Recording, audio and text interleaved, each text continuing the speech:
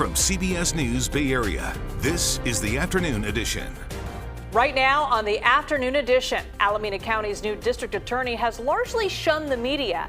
Now she's answering questions about some of her most controversial policies. Good afternoon, I'm Elizabeth Cook. And I'm Devin Feely. We start this afternoon in Alameda County where the effort to recall District Attorney Pamela Price is moving forward. Yeah, organizers of the recall say her progressive approach has them concerned. We have made several attempts to interview her about the recall and some of her more controversial decisions, but she's always refused, saying she was just too busy. That was until now, when Betty Yu sat down for a one-on-one with the embattled prosecutor. Family members of victims are saying that the decisions you have made are unfair to them, that sentences that criminals have been given are excessively lenient, and that perpetrators are favored over victims. What's your response to that? I feel definitely my heart goes out to the people who have lost loved ones in this community. So we at the District Attorney's Office are very, very committed to making sure that we're providing the best services. Some people are not able to actually appreciate the work that we do. The work of Pamela Price has been focused on progressive reforms, including alternatives to incarceration and not charging juveniles as adults. Now official paperwork to launch a recall has been filed. There are people who say that we are here because they don't feel safe. I was elected because the people in this community didn't feel safe, unfortunately. We know that crime under my predecessor was, pretty much exploding. The DA's role has really no impact on crime. Oakland police have recently warned residents about a surge in violence, including an uptick in home invasion robberies. Do you feel safe living in Oakland? Yes, I do. I live in East Oakland even, and I know a lot of people think, oh, that's terrible. I feel safe. Oh, I'm sorry to interrupt. Betty, I don't think you asked about the achievements of the first 6 months. No. That was my next question. I'm sorry. I hate to jump in. Less than halfway into our 15-minute interview, Price's PR person pointed me to ask about her accomplishments. What are the metrics that you're using to gauge your success? I think the metrics are, we're beginning to create a baseline for the data that we have. Unfortunately, we got here and the technology is pretty much outdated. Families of victims believe Price has been pushing for the shortest possible sentences. There's a lot of families that are victims of Pamela Price's and the system that she's trying to create. And it will be 3 months on Tuesday of my son's death. Police said her son Blake was shot to death by a shoplifter who stole a charger for a power tool at this Pleasanton Home Depot. Lori Mose said the prosecutor on the case told her Benicia Knaps, the accused killer, will face a murder charge and an enhancement that carries the least amount of prison time. Our story with the Mose family caught the attention of lawmakers on Capitol Hill, where she recently testified.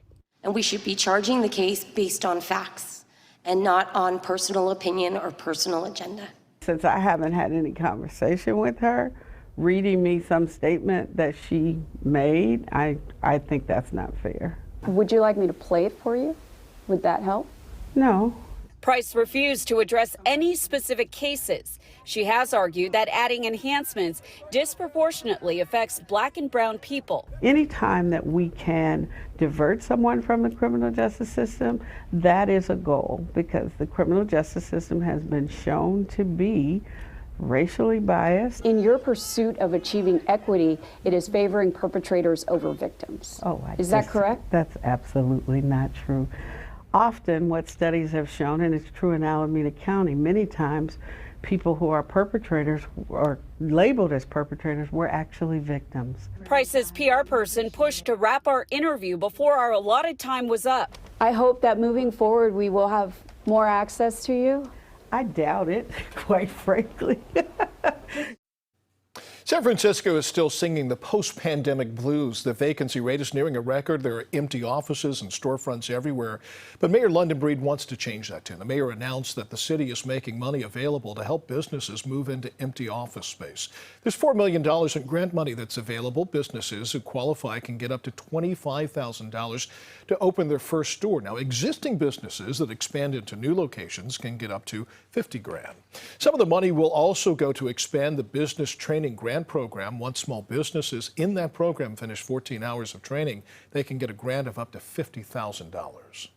Well, the end of an era has come for Golden Gate Fields in Albany. It's set to close permanently after their final race this year. Golden Gate Fields opened in 1941 and was the last major racetrack in Northern California. But now the track's owner says they want to focus more on their track in Santa Anita, relocating employees and horses down to Southern California. Executive Director Scott Cheney of the California Horse Racing Board says they are aware of the impact this will have on employees and contractors and are working to create new roles and opportunities for those affected by the closure.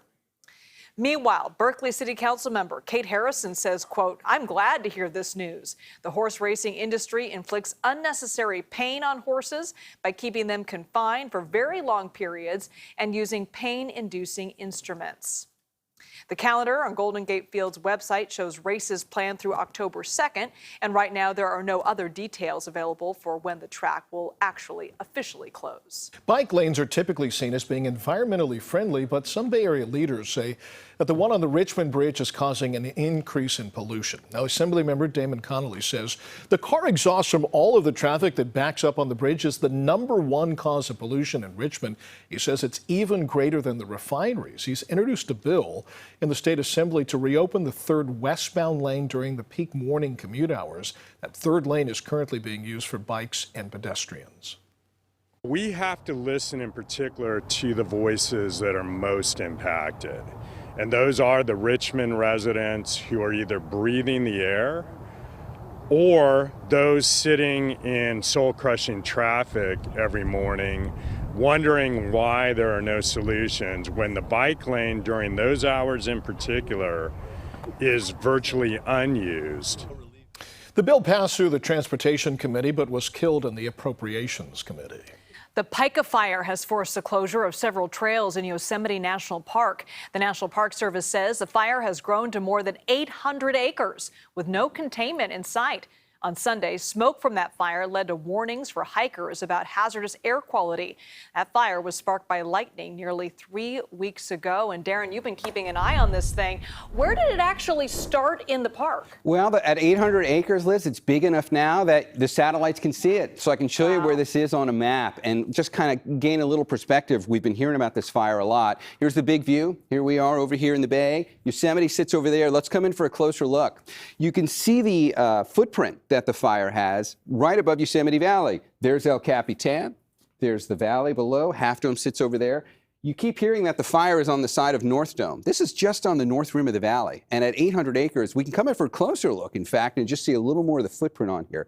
They're using a contained strategy on this. They're not putting it out, but they are trying to keep it from getting any bigger because they want it to be able to do its thing naturally in that perimeter. It was a naturally started lightning fire, and it's helpful in that way. However, the smoke is a problem. That's what it looked like on Saturday. It's a big plume of smoke over the valley. If you thought the skies looked hazy here at home yesterday, you were probably seeing a little bit of smoke in the upper levels get here.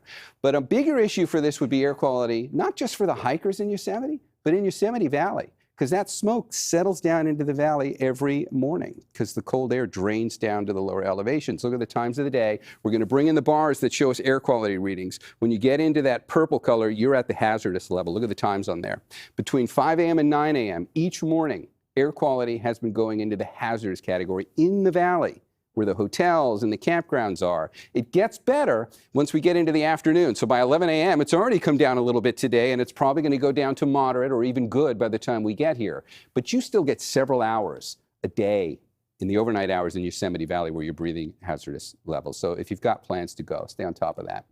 You don't want to breathe more of that than you have to. We're going to talk more about our temperatures coming up in the complete forecast. Heat waves over, Devin. I'll show you much cooler numbers coming up. For now, back to you. All right, thank you. Stanford doctors are planning a rally on Wednesday after 7 months of contract negotiations. The rally is going to be in Palo Alto and includes residents and fellows. Now, the union says the doctors are struggling to afford basic necessities. The rally is scheduled from 12:30 to 1 in the afternoon. It's unclear how many appointments will be affected. We are reaching out to Stanford for their reaction.